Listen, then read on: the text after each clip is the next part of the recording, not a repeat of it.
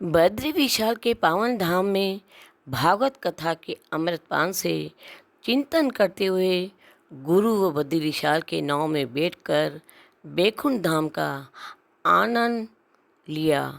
यह मल्लाह ऐसे हैं कि ना तो खुद डूबते हैं और न दूसरों को डूबने देते हैं। आत्मबल, दृढ़ विश्वास जीवन की सर्वोपरि संपदा है। यह प्रत्यक्ष में एक कल्प वृक्ष है। ओ यति, जतन से तुम ही ओढ़ सके अपनी निर्दोष जिंदगी की अनमेली चादर को। ये सिर्फ तुम्हारे मुख से ही घोषणा सुनी, लो ज्यों की त्यों घर चले चदरिया हम घर को। ये माणा गांव नहीं, एक तपोवन भूमि, जहाँ हमारे वेद व्यास जी ने गणेश जी से अपने वेदों की ऋचाएँ लिखवाईं। हमारे ग्रंथों में, पुराणों में कुछ ही ऋचाएँ शामिल की गई। दुर्भाग्यवश बाकी की वेद ऋचाएँ गुरुदेव वेद व्यास जी ने अपने वेदों को पाषाण में परिवर्तित कर दिया। पतली पतली जो लकीरें देख रहे हैं हम, ये भोजपत्र पर लिखी वेदों की ऋचाएँ हैं। कहीं तन में जगी है कामना तेरी, हुई ये सांस तक आराधना मेरी।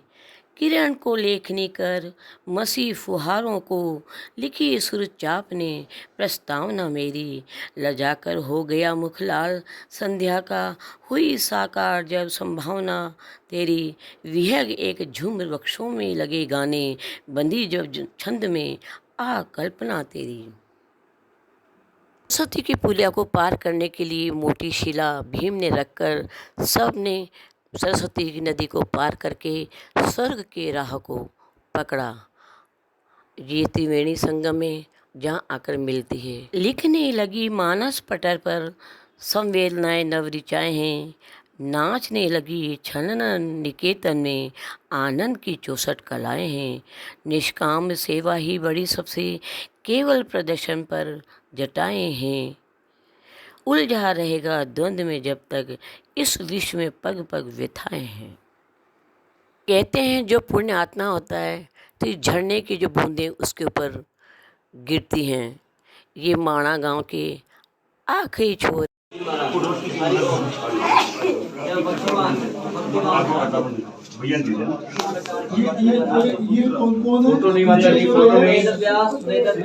सुखदेव वल्लभाचार्य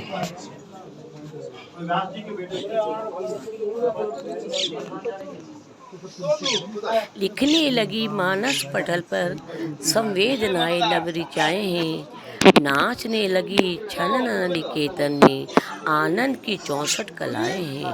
निष्काम सेवा ही बड़ी सबसे है, केवल प्रदर्शन पर जटाएँ हैं। उलझा रहा द्वंद्व में जब तक इस विश्व में पग पग व्यथाएँ हैं। फिर मिलेंगे नई अनुभूति के साथ। जब तक जय बद्री विशाल, जय।